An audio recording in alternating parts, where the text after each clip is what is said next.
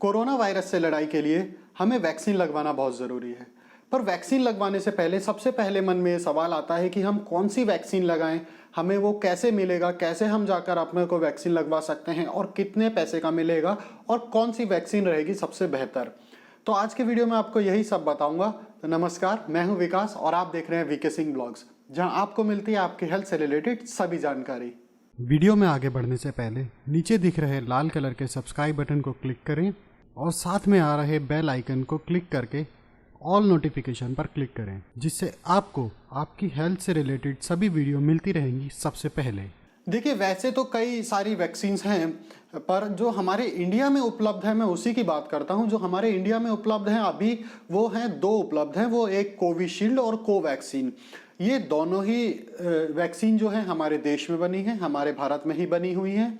बस दोनों में फ़र्क इतना है कि जो ये कोवैक्सीन है इसका रिसर्च और जो भी कुछ इसका सब इंडिया में ही हुआ है। इसको इंडिया में ही साइंटिस्ट ने किया है। हैदराबाद में इसको national institute of virology, Bharat biotech और आईसीएमआर के द्वारा बनाया जा रहा है, इसका प्रोडक्शन किया जा रहा है। अब दूसरी तरफ बात कर लेते हैं कोविशील्ड की। कोविशील्ड का जो रिसर्च है वो एस्ट्राजेनिका और ऑक्सफोर्ड जैसी यूनिवर्सिटीज ने मिलकर किया है, पर इसका प्रोडक्शन जो है वो इंडिया में ही हो रहा है, जो कि सीरम इंस्टीट्यूट ऑफ इंडिया के द्वारा किया जा रहा है। पर ये जो कोविशील्ड है वो थोड़ी सी ज़्यादा पॉपुलर है। उसका पॉपुलर होने का एक कारण ये भी है कि इसका प्रोडक्शन जो है वो इंडिया में भी हो रहा है। जो हमको इंडिया में मिल रही है वो तो इंडियन प्रोडक्शन ही मिल रहा है, पर इसका प्रोडक्शन इंडिया से बाहर भी हो रहा है, इसलिए ऑल ओवर दी वर्ल्ड थोड़ी सी ज़्यादा पॉपुलर है, थोड़ी सी ज़्यादा फेमस है। और वहीं जो कोवैक्सीन है वो कोवैक्सीन अभी सिर्फ हैदराबाद में ही प्रोडक्शन हो रहा है, उसका सर्कुलेशन भी इसीलिए कम हो पा रहा है, इसलिए थोड़ी सी कम पॉपुलर वो हो पा रही है। बट वैक्सीन दोनों सेम है, दोनों से ही इफेक्टिवनेस सेम है। वो मैं आपको भी बताता हूँ कि क्या है डिफरेंस और कैसे कैसे वो काम करती हैं। अब बात कर लेते हैं कि इन दोनों में ही जो कोविशील्ड है और कोवैक्सीन है, इन दोनों में ही फ़र्क क्या है। देखिए, इन दोनों को कैसे बनाया गया है।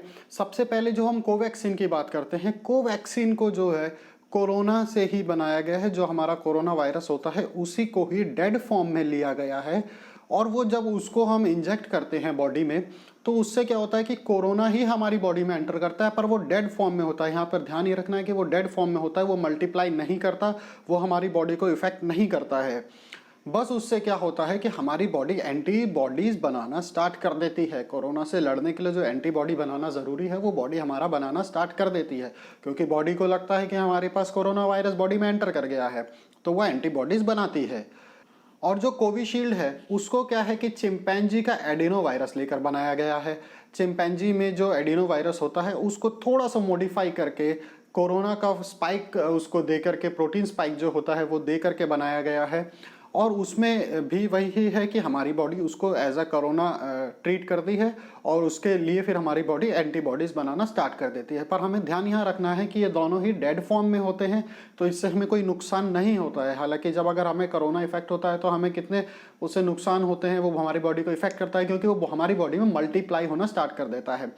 और इन दोनों भी वैक्सीन में क्या है कि जब कोरोना का जो फॉर्म है वो हमारी बॉडी में एंटर करता है, वो डेड फॉर्म होता है, तो वो मल्टीप्लाई नहीं होता है बॉडी में, पर बॉडी हमारा एंटीबॉडीज बनाना स्टार्ट कर देती है। अब जो डोजेज हैं वो हमें दोनों में ही दो दो डोज लेनी होती हैं, कोवैक्सीन में भी और कोविशील्ड में भी 2 डोज लेनी होती हैं। पर जो कोवैक्सीन है उसमें जो हमें पहला डोज लेने के 4 हफ्ते बाद दूसरा डोज लेना होता है। 4 से 6 हफ्ते के अंदर हमें दूसरा डोज लेना होता है। पर जो कोविशील्ड है उसमें जो हमें एक्सपर्ट एडवाइस करते हैं वो ये कहते हैं कि 6 to 8 वीक, 6 से 8 हफ्ते के अंदर हमें वो दूसरा डोज लेना चाहिए। पर हम 4 हफ्ते के बाद भी उस डोज को ले सकते हैं, ऐसा कुछ नहीं। पर ज़्यादा इफेक्टिव अगर वो हो तो वो 6 to 8 वीक्स के अंदर ही हमें लेना चाहिए। अब बात कर लेते हैं दोनों में से कौन से ज़्यादा इफेक्टिव है, क्योंकि यही सबसे बड़ा सवाल है कि अगर हमको वैक्सीन लगवाना है तो हम कौन सी वैक्सीन जाकर लगवाएंगे। तो दोनों में से देख लेते हैं हम कौन सा ज़्यादा इफेक्टिव है। देखिए, जो कोवैक्सीन है, कोवैक्सीन का जो जैसे कि जब हमको कोई वैक्सीन लगाया जाता है, कोई भी वैक्सीन लगाया जाता है, तो जो उसका रिएक्शन है वो ज़रूरी नहीं कि 100% पॉपुलेशन में होता हो, वो कुछ परसेंट पॉपुलेशन में होता है। जैसे कि अगर मैं कोवैक्सीन की बात करता हूँ तो अगर मान लीजिए कि हमने 100 लोगों को लगाया तो वो 70 लोगों में अपना एंटीबॉडीज बना लेता है। पर ऐसा नहीं कि वो 30 को नहीं बना पाता है, वो 30 में स्लो बनता है। इस तरीके से ये 70% 70 to 90% एक्चुअली इसका रिसर्च जो कहता है वो ये कहता है कि 70 to 90% लोगों पर ये इफेक्टिव होता है। अब जो बाकी बचे 10 उनको भी देखिए बन तो जाता है एंटीबॉडी, बट प्रोसेस थोड़ा स्लो होता है। और जो कोविशील्ड है उसका भी सेम यही है, वो भी 80% तक 70% तक लोगों पर काम कर जाता है। बाकी बचे लोगों पर वो स्लो काम करते हैं, काम जरूर करता है, ऐसा नहीं कि हमारी बॉडी पे जाकर एंटीबॉडीज नहीं बनाएगा। इसी कारण से होता है कि जो हम देखते हैं कई बार की वैक्सीन लगवाने के बाद भी कोरोना हुआ है, वो उसी 20% या 10% पॉपुलेशन में होता है। बनता एंटीबॉडीज उनके पास भी है, पर वो कभी स्लो हो जाता है प्रोसेस, और उतने ही बीच में अगर हमें कोरोना का इफेक्ट हो गया तो बस उसी की रिजल्ट से वो कोरोना हमें हो जाता है वैक्सीन लगवाने के बाद भी।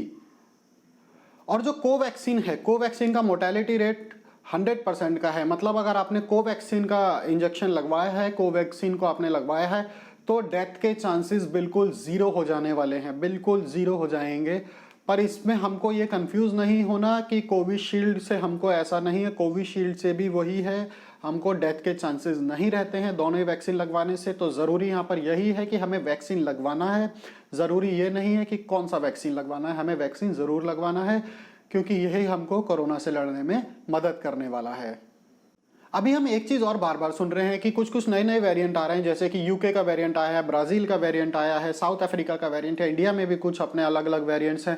तो हमको कैसे पता चलेगा कि कौन सा वेरिएंट है या कौन सा वैक्सीन? तो देखिए, जो अभी ये दो वैक्सीन की हम बात कर रहे हैं, कोविशील्ड और कोवैक्सीन की, ये दोनों ही अभी तक जितने भी हमारे नए वेरिएंट आए हैं कोरोना के, दोनों पे ही पूरी तरह इफेक्टिव रिसर्च में पाई गई हैं।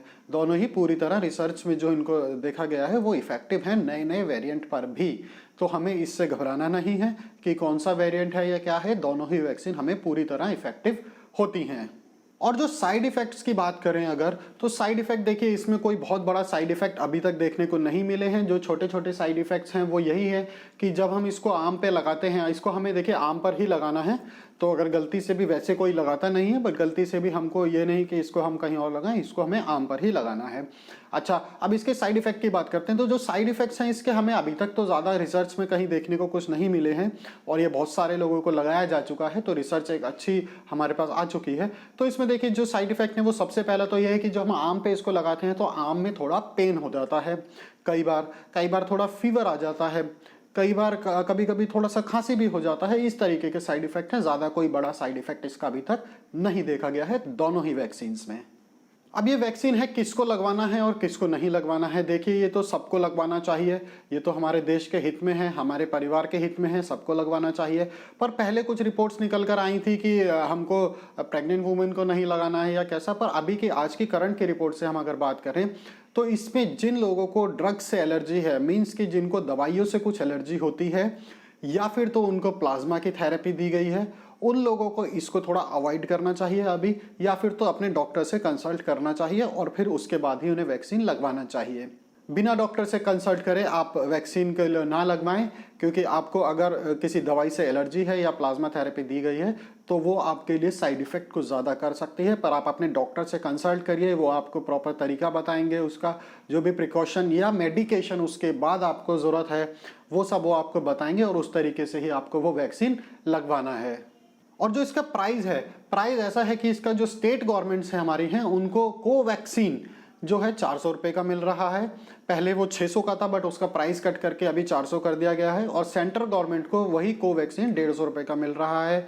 और जो प्राइवेट हॉस्पिटल्स हैं उनको वो 1200 रुपये का मिल रहा है, तो वो उस पर अपना थोड़ा मार्जिन रख के 1500 तक का आपको देंगे। बट यही अगर आप केंद्र सरकार के द्वारा या दिल्ली सरकार के द्वारा लगवाते हैं तो वो कुछ राज्यों में फ्री भी लगाई जा रही है। वो आप अपने राज्य से एक बार इंफॉर्मेशन चेक कर लीजिए, और वहाँ पर रेट भी वेरी कर रहा है कुछ कुछ स्टेट्स में, तो वो आप अपने ही स्टेट से एक बार कंफर्म कर लीजिए और उसके बाद आप उसको लगवा सकते हैं। और जो कोविशील्ड है, वो कोविशील्ड स्टेट गवर्नमेंट को 300 रुपये का दिया जा रहा है, और केंद्र सरकार को, सेंट्रल गवर्नमेंट को वो 150 रुपये का दिया जा रहा है।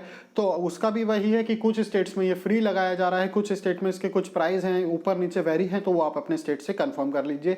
और अगर आपको ये प्राइवेट हॉस्पिटल में जाकर लगवाना है तो कोविशील्ड प्राइवेट हॉस्पिटल्स को 600 रुपये का दिया जा रहा है, उसमें भी वो कुछ अपना मार्जिन रखेंगे। तो उसके लिए आप एक बार प्राइवेट हॉस्पिटल से अपने अलग अलग जो भी है उनका प्राइस है आप एक बार कंफर्म कर लीजिए, और फिर आप उनसे जाकर उसको बुकिंग करा सकते हैं। ये आपको स्लॉट बुकिंग कराने पर ही मिलने वाला है। अभी आप डायरेक्ट जाकर बहुत से राज्यों में नहीं लगवा सकते हैं, आपको स्लॉट बुक करके ही जाना होता है। अब बात करते हैं चॉइस क्या है हमारे पास, हम कौन सा लगवाएं। देखिए चॉइस की यहाँ बात करें तो हमारे पास अभी इसके लिए कोई चॉइस नहीं है कि हम कौन सा लगवाएं। जब हम स्लॉट बुक करते हैं तो हमें नहीं पता होता कि हमें वहां जाकर कौन सा वैक्सीन लगाया जाएगा, वहां पर कौन सा अवेलेबल होगा और हमें कौन सा वैक्सीन लगाया जाएगा। चाहे तो हम सरकार द्वारा जो हमें लगाया जा रहा है, गवर्नमेंट के द्वारा जो लगाया जा रहा है उन सेंटर पे जाएं या फिर प्राइवेट हॉस्पिटल में जाएं, दोनों में ही हमें नहीं पता होता कि कौन सा वैक्सीन हमें लगाया जाएगा। तो यहाँ पर चॉइस हमारे पास नहीं है, पर हमें यह कंफ्यूज नहीं होना कि हमें कौन सा वैक्सीन लेना है कौन सा। दोनों की ही इफेक्टिवनेस सेम है, दोनों ही बहुत अच्छा काम कर रही हैं, दोनों ही आपको कोरोना से जरूर बचा सकती हैं। पर यहाँ पर हमें एक छोटा सा ध्यान क्या रखना है, वो ये रखना है कि जो हमने फर्स्ट डोज लगवाया है किसी भी वैक्सीन का, सेकेंड डोज भी वही वैक्सीन का लगना चाहिए। यहाँ पर कुछ केसेस में देखा जा रहा है कि फर्स्ट डोज एक अलग वैक्सीन लगी है और सेकेंड डोज दूसरी वैक्सीन लगी है। इस चीज़ को हमें ध्यान रखना है कि हमें जो फर्स्ट डोज लगे वही हमें सेकेंड डोज भी उसी वैक्सीन का लेना है। तो आई होप कि आपको वीडियो में दी गई जानकारी पसंद आई होगी। वीडियो में दी गई जानकारी पसंद आई तो वीडियो को शेयर जरूर करें ताकि ज़्यादा से ज़्यादा लोग इसका बेनिफिट उठा सकें, और चैनल को सब्सक्राइब करें क्योंकि मैं ऐसे ही आपके हेल्थ से रिलेटेड वीडियोस चैनल पर लाता रहता हूँ।